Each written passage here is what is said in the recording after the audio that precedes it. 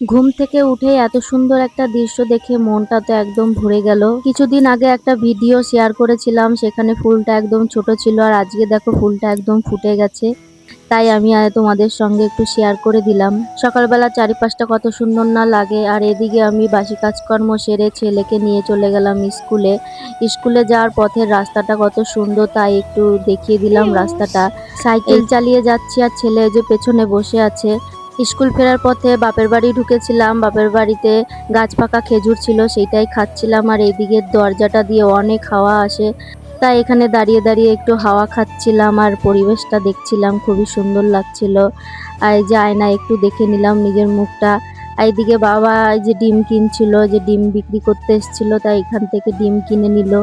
তারপর আমি চলে গেছিলাম বাড়ি ফিরে কাজকর্ম সেরে বিকেলবেলায় গেছিলাম পাশের বাড়ি। ওদের বাড়িতে এই গাছটায় পাখির বাচ্চা হয়েছিল, তাই পাখির বাচ্চাগুলো একদমই ছোট ছোট, তাই নামিয়ে একটু দেখিয়ে দিলাম।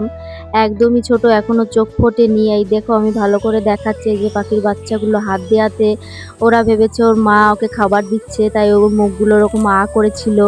তারপরে আমি বাচ্চাগুলো রেখে দিয়েছি। তো আজকের মতন এটুকুই, টাটা।